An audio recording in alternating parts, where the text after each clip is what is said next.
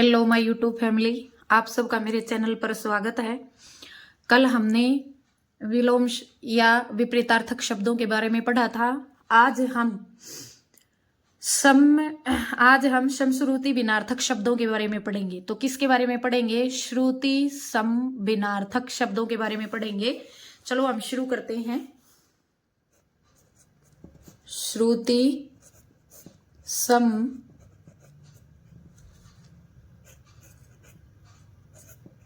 भिन्नार्थक शब्द। ठीक है, श्रुति सम भिन्नार्थक शब्द। देखो, इन शब्दों के अर्थ से ही पता चल रहा है। अब इसको अलग अलग करेंगे तो श्रुति का मतलब होता है श्रुति प्लस सम। श्रुति का मतलब होता है सुनने में, सुनने में। और सम का मतलब होता है समान। समान मतलब एक जैसे। ठीक है, समान का मतलब क्या होता है? एक जैसे। और भिन्नार्थक की अगर हम संधि करेंगे, भिन्नार्थक, ठीक है, इसको अलग अलग करेंगे तो भिन्न प्लस अर्थक। भिन्न का मतलब क्या होता है? भिन्न का मतलब होता है अलग अलग। और अर्थक का मतलब अर्थ वाला। तो जो श्रुति सम भिन्नार्थक शब्द है, जो हमारा ये श्रुति सम भिन्नार्थक शब्द है, इसका अर्थ क्या हुआ कि सुनने में तो एक जैसे लगते हैं, लेकिन उनके अर्थ क्या होते हैं? अलग अलग होते हैं। चलो परिभाषा हम पढ़ते हैं इसकी।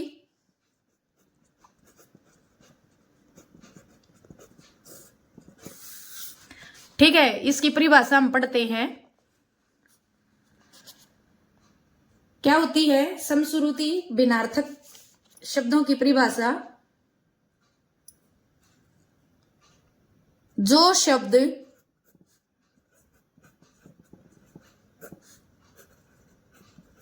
बोलने और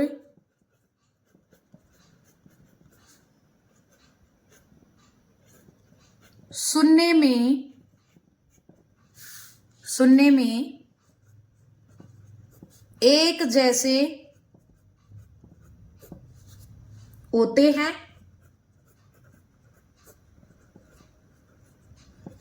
परंतु सूक्ष्म अंतर के कारण, परंतु सूक्ष्म अंतर के कारण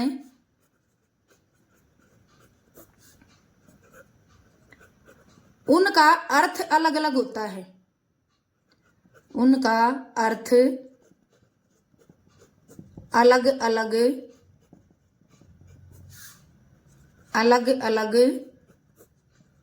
होता है। उन्हें हम क्या कहेंगे? उन्हें हम क्या कहेंगे? श्रुति सम भिन्नार्थक शब्द कहेंगे। क्या कहेंगे? श्रुति सम भिन्नार्थक शब्द कहेंगे।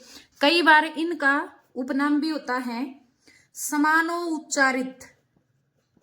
समानो उच्चारित शब्द। समानों का मतलब समान, और उच्चारित का मतलब क्या होता है? उच्चारण। वही ऊपर मैंने बताया कि जो शब्द बोलने और सुनने में एक जैसे होते हैं, परंतु सूक्ष्म, सूक्ष्म का मतलब होता है बिल्कुल। ठीक है, बिल्कुल थोड़ा सा। सूक्ष्म का मतलब क्या होता है? बिल्कुल थोड़ा सा, थोड़े से अंतर के कारण। ठीक है, अंतर का मतलब भेद के कारण उनका अर्थ जो है वो क्या हो जाता है? अलग अलग हो जाता है। उन्हें हम क्या कहेंगे? श्रुति सम भिन्नार्थक शब्द कहेंगे। तो चलो कुछ उदाहरणों के साथ इस चीज को हम पढ़ते हैं। जैसे पहला है अंश, ठीक है, ये अंश है और ये अंश है।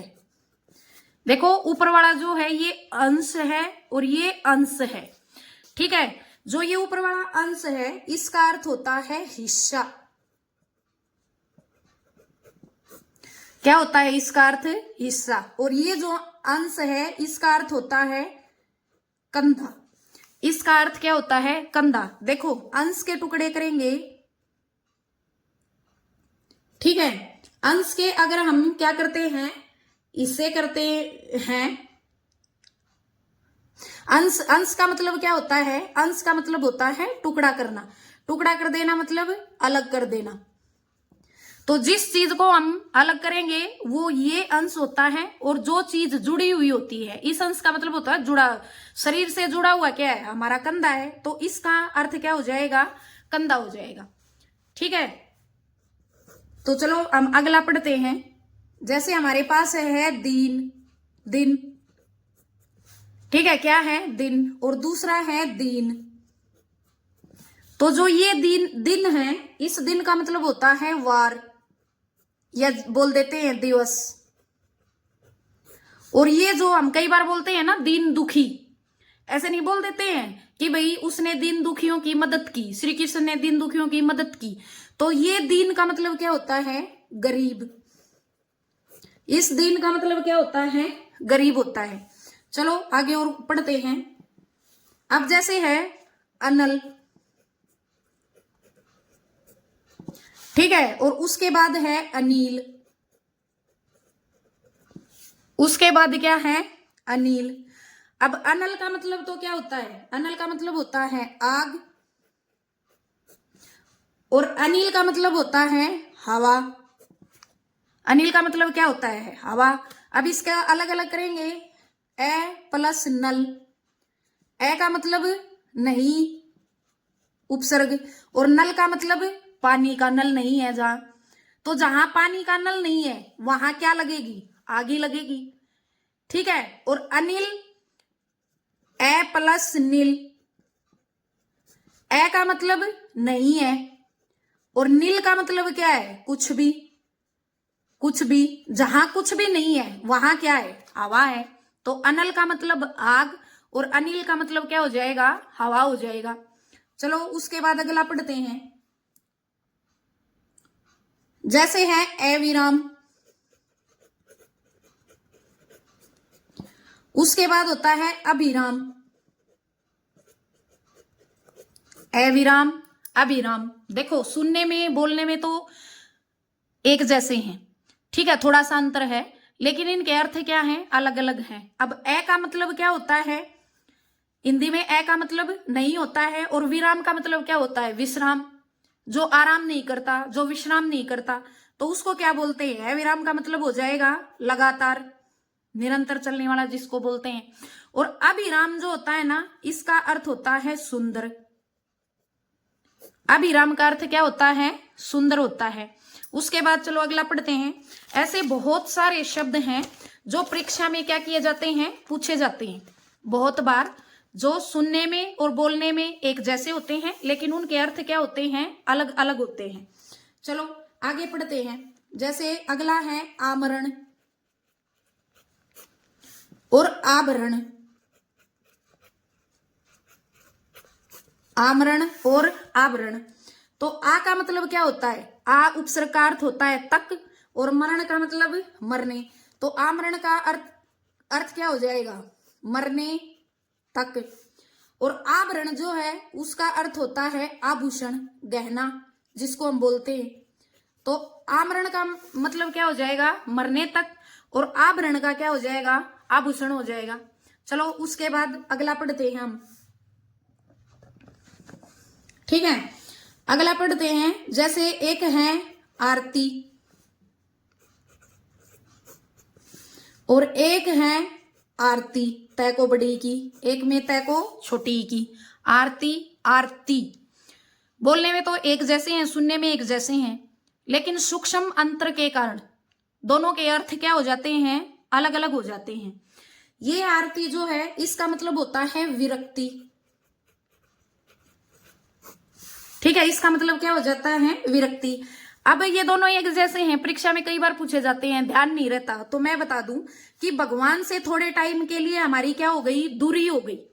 थोड़े टाइम के लिए, थोड़े टाइम का मतलब तय को छोटी ई की जिसको मात्रा होती है ना, तय को छोटी ई की जो मात्रा होती है उसमें क्या आएगा, विरक्ति। भगवान से थोड़े समय के लिए हम क्या हो गए थे, दूर हो गए थे। और जो आरती जिसमें बड़ी की होती है, जब हम बहुत खुश होते हैं, ठीक है, भगवान की आरती करके हम क्या होते हैं, बड़े खुश होते हैं, तो जिसमें तय को बड़ी की मात्रा आती है ना, तो उस आरती का मतलब क्या हो जाएगा, उस आरती का मतलब हो जाएगा धूप, दीप आदि। धूप, दीप आदि। अब मैं आपको एक चीज यहां क्लियर कर दूं, पूजा, अर्चना और आरती, हम तीनों चीजों को एक जैसे सोचते हैं कि पूजा भी अर्चना ही होती है, आरती करना भी अर्चना ही होता है, लेकिन तीनों शब्द अलग अलग हैं और तीनों के अर्थ भी अलग अलग हैं इधर। ठीक है, कैसे है, अगर मैं पूजा की बात करूं तो देखो, हम एग्जाम देने के लिए जाते हैं, परीक्षा देने के लिए जाते हैं, रास्ते में हमें बहुत सारे मंदिर मिलते हैं या नहीं मिलते हैं, हम हाथ जोड़कर दूर से ही उसमें क्या करते हैं, मन्नत मांगते हैं कि मेरा जो है ये परीक्षा में जो देने जा रही हूं, इसमें मैं उत्तीर्ण हो जाऊं, पास हो जाऊं, मेरा एग्जाम अच्छा चला जाए। ठीक है, तो वो हाथ जोड़कर बिना सामग्री के, हाथ जोड़कर बिना सामग्री के, ठीक है, हम मन्नत जो मांगते हैं ना, वो तो क्या होती है, वो पूजा होती है। ठीक है, वो क्या होती है, पूजा होती है। अगर मैं अर्चना की बात करूं, ठीक है, अगर मैं किसकी बात करूं, अर्चना की बात करूं, तो अर्चना का मतलब होता है सामग्री के साथ, सामग्री के साथ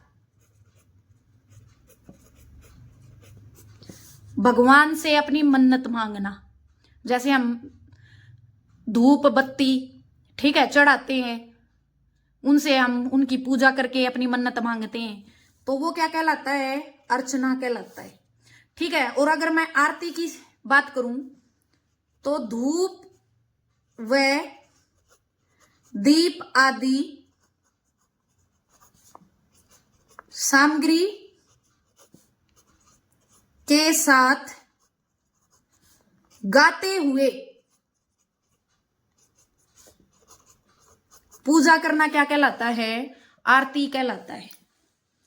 ठीक है, पूजा करना क्या कहलाता है, आरती कहलाता है। तो अच्छे से आपको समझ में आ गया होगा कि पूजा, अर्चना और आरती तीनों चीजें क्या हैं, तीनों शब्द क्या हैं, अलग अलग हैं, और तीनों के अर्थ भी क्या हैं, इधर अलग अलग हैं। चलो अगला पढ़ते हैं। जैसे हमने पढ़ा, एक तो हम पढ़ते हैं विपण,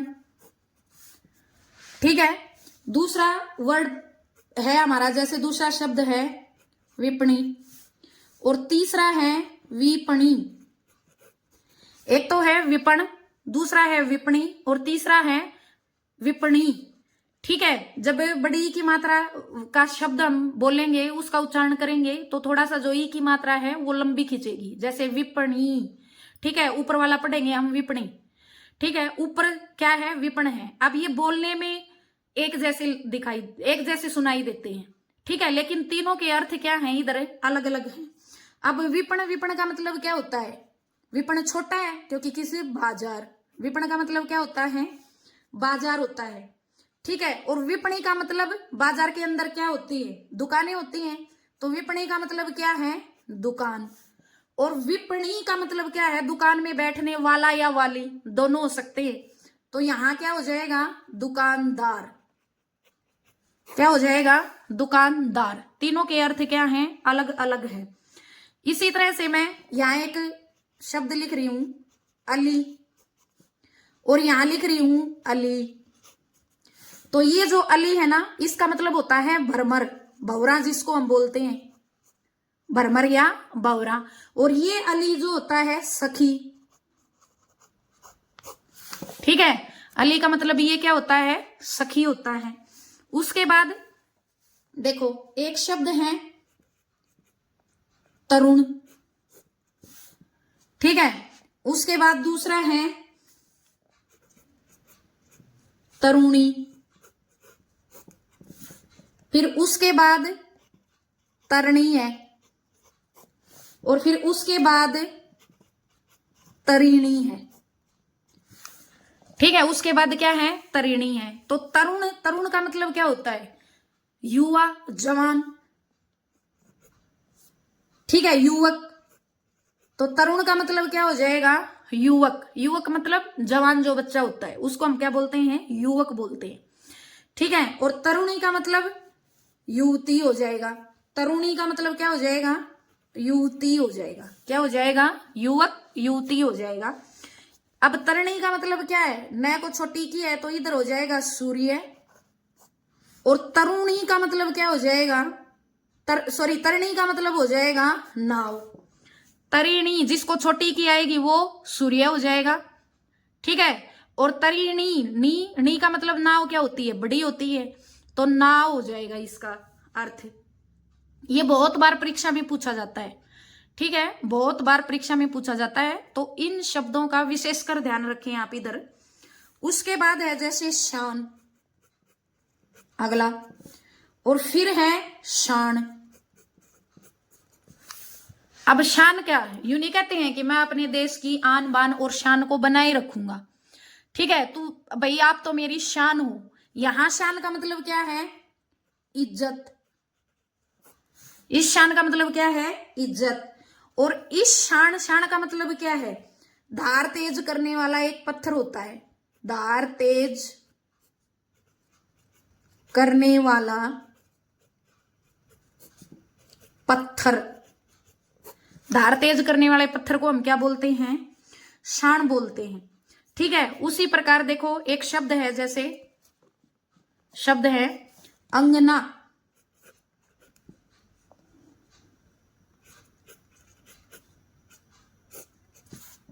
फिर एक है अंगना, एक पे क्या है, अनुनासिक है, एक पे क्या है, अनुस्वार है।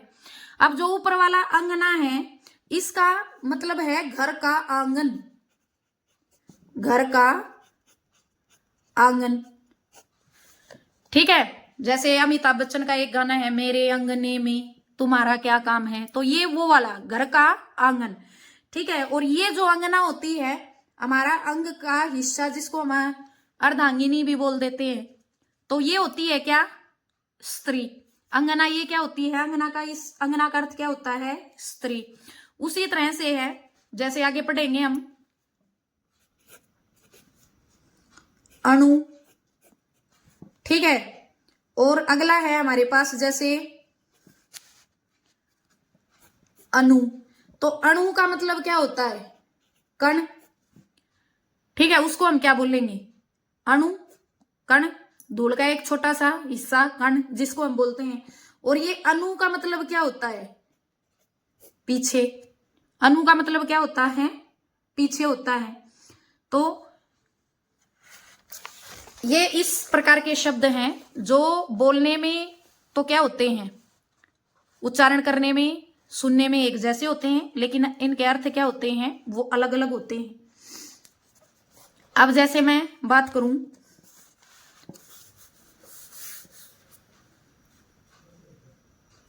व्यंजन।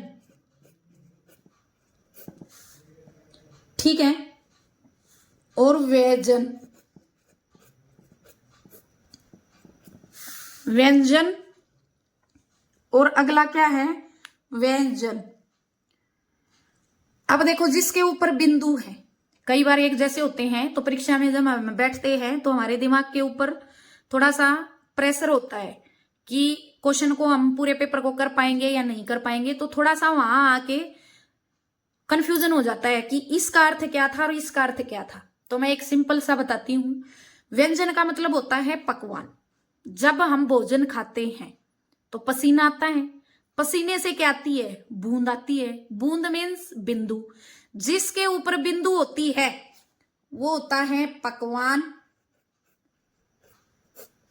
ठीक है, और जो उस, मान लो पसीना आया हुआ है और हम जो है पंखा करते हैं या पंखे के नीचे बैठते हैं तो फिर क्या होता है, पसीना सूख जाता है, तो जो पसीने की बूंदें हैं वो क्या हो जाती हैं, गायब हो जाती हैं।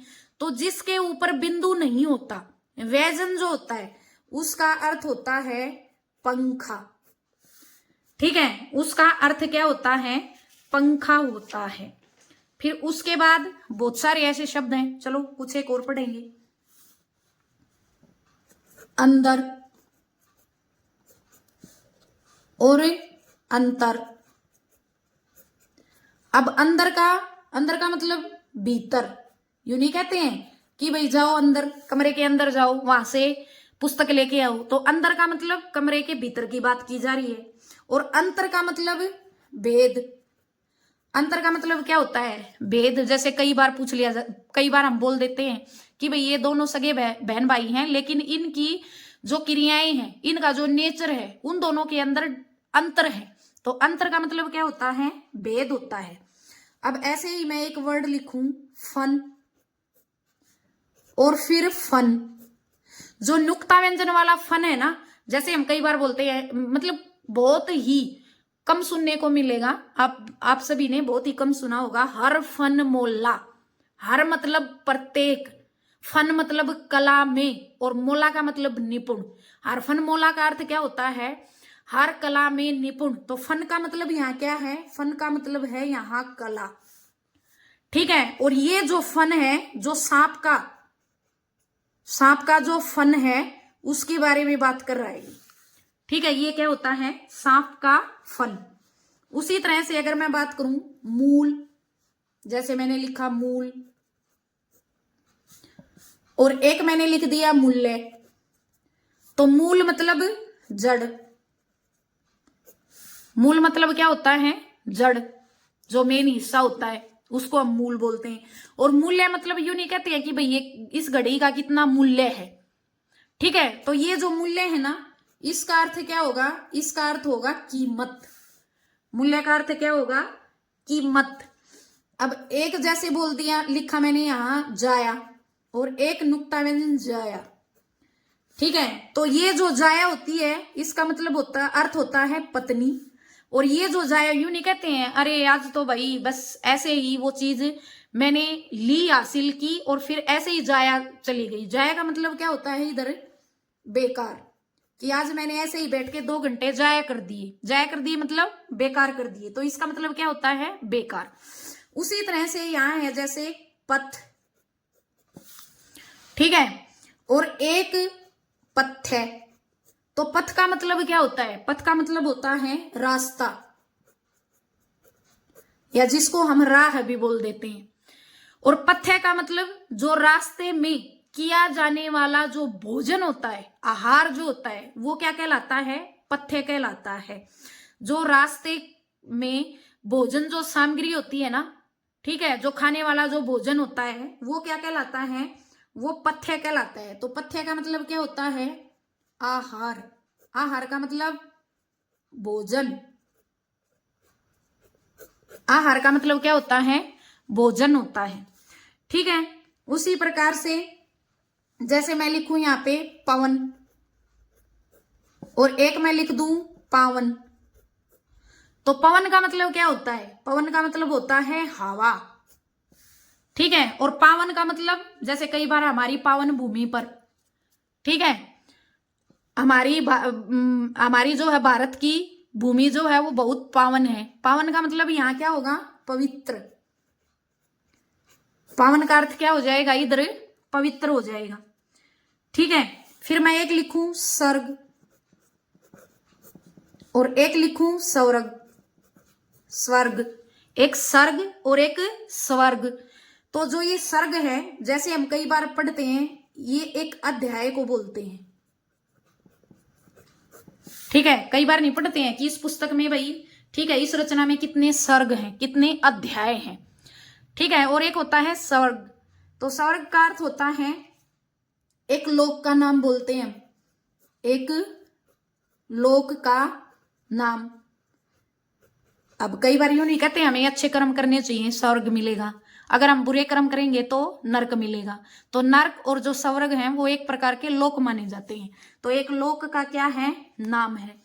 उसी तरह से मैं यहां बलि लिखूं, ठीक है, और फिर बलि लिखूं, तो देखो बोलने में तो क्या है, सुनने में क्या है, एक जैसे हैं, लेकिन थोड़ा सा अंतर के कारण जो है इनके अर्थ क्या हो जाते हैं, भिन्न हो जाते हैं, अलग अलग हो जाते हैं।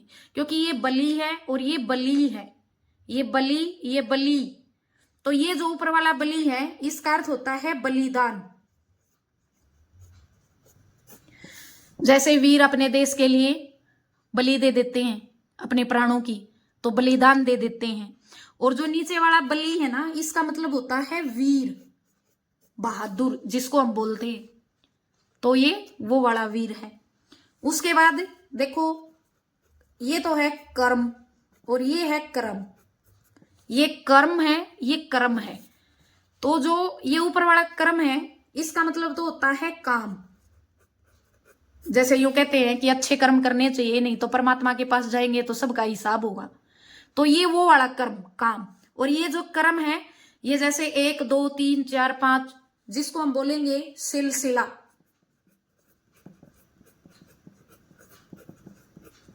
क्या बोलेंगे, सिलसिला बोलेंगे, ठीक है। उसी तरह से मैं यहां लिखूं कुल और कुल, कुल कुल। तो ये जो कुल कुल है इसका मतलब होता है वंश या योग। यूं नहीं कहते हैं 2 संख्याओं का कुल जोड़ कितना है, ठीक है, या यूं बोलते हैं ये हमारे वंश का कुल है, कुल का मतलब वंश, ठीक है, ये हमारा जो है कुल वंश है, अच्छा वंश जिसके बारे में बात की जाती है, कुलीन जिसको हम बोलते हैं, अच्छे वंश वाला, वंशज जिसको हम बोलते हैं। और ये जो कुल है इसका मतलब होता है किनारा, जैसे नदी का किनारा, समुद्र का किनारा, ये कुल होता है, ठीक है। किनारा नदी है उसका क्या होता है, किनारा होता है, उसको हम कुल बोल देते हैं। और सॉरी, समुद्र का तट होता है, किनारा नहीं होता। उसके बाद जैसे जरा, और एक लिख दिया मैंने जरा। तो जो ये नुक्ता व्यंजन वाला जो जरा है इसका मतलब होगा थोड़ा, यूं नहीं बोलते हैं हम जरा सा, तो इसका क्या हो जाएगा, थोड़ा।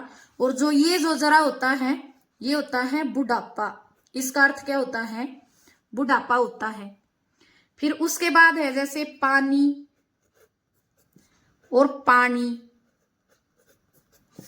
ठीक है। मुख सुख के लिए हरियाणा क्षेत्र में जो रहने वाले लोग हैं वो पानी की बजाय पानी का ही करते हैं। जैसे हमें प्यास लगती है तो हम ये बोलते हैं 1 गिलास पानी दिए भाई, ठीक है। तो पानी का मतलब तो होता है जल। और ये जो पानी है इसका मतलब, इसका अर्थ होता है हाथ, इसका अर्थ क्या होता है, हाथ। उसके बाद है ये वाला कोश, ठीक है, फिर कोश और फिर ये वाला कोश। तीनों क्या है, तीनों ही अलग अलग हैं। देखो सुनने में एक जैसे हैं, बोलने में भी थोड़ा सा अंतर है, लेकिन तीनों के अर्थ क्या हैं, तीनों के अर्थ अलग अलग हैं। जो ये कोस है इसका मतलब तो है दूरी। यूं नहीं बोलते हैं भाई कितने कोस पे और रह गया गांव, तो ये दूरी से, दूरी को दर्शाता है। ये वाला जो कोश है ये खजाना, जैसे इनको बोलते हैं शब्दकोश, शब्दों का भंडार, शब्दों का खजाना। और जो ये नीचे वाला कोश है ये तलवार डालने का, तलवार का कोश, मतलब जिसके अंदर क्या डाली जाती है, तलवार डाली जाती है। तलवार डालने का जो आवरण होता है उसको हम क्या कहते हैं, कोश कहते हैं। उसके बाद है भाई, जैसे मैं यहां लेती हूं नारी और फिर नाड़ी। नारी क्या होती है, नारी तो स्त्री होती है, नर नारी, पुरुष स्त्री जिसको हम बोल देते हैं। और नाड़ी, नाड़ी का मतलब क्या होता है, नाड़ी का मतलब नब्ज, जैसे हम जाते हैं वैद्य के पास, तो जाते ही वो सबसे पहले हमारी नब्ज देखता है। नब्ज का मतलब हमारी नाड़ी को देखता है, ठीक है। तो नाड़ी का मतलब क्या होता है, नब्ज होता है। उसके बाद अगले वर्ड की मैं बात, शब्द की मैं बात करूं तो लक्ष्य और लक्ष्य। अब लक्ष्य जो है इसका अर्थ तो होता है लाख। जैसे लक्ष्य ग्रह में आग लगा दी थी, पांडव जहां छुपे हुए थे। और लक्ष्य का मतलब होता है उद्देश्य। जैसे हम बोलते हैं बच्चों को कि अपना लक्ष्य जो है वो निर्धारित कर लेना चाहिए, क्योंकि लक्ष्य के बिना हमारे जीवन का कोई भी उद्देश्य नहीं है। तो एक जैसे है सूर और एक है शूर, ठीक है। तो ये जो ऊपर वाला शूर है इसका अर्थ है अंधा। जैसे सूरदास शुरू जो जन्म से ही माने जाते हैं कि वो जन्मांध थे, ठीक है, यानी कि जन्म से ही अंधे थे। जो ऊपर वाला जो सूर है, ठीक है, वो क्या है, अंधा है। अब जो दूसरा शूर है इसका मतलब यूं नहीं बोलते हैं कि शूरवीर, ठीक है। और एक ये वाला सुर है, सुर जो हम गाना गाते हैं जब उसमें लगाए जाते हैं सुर ताल लय, जो सुर होते हैं सा रे गा मा पा धा नी सा, ये वाला, ठीक है। तो ये तीनों क्या हैं, अलग अलग हैं। गाने के अंदर प्रयोग होने वाला ये वो है सुर लगाते हैं, यूं नहीं कहते हैं इसका सुर बड़ा मीठा है, तो आवाज के तौर पे लिया जाता है उसको। जैसे सा रे गा मा पा धा नी सा, उसके अंदर जो सुर लगाते हैं हम, सुर सरगम जिसको हम बोलते हैं, तो ये वो वाला है। तो ये जितने भी श्रुति संभिनार्थक शब्द थे जो बहुत बार परीक्षा के अंदर पूछे जाते हैं, तो मैंने एक कोशिश की है आपको समझाने की। आशा है कि आपको अच्छे से समझ में आया होगा। अगर मेरी वीडियो आपको अच्छी लगी हो तो इसे लाइक करें, शेयर करें, सब्सक्राइब करें। धन्यवाद।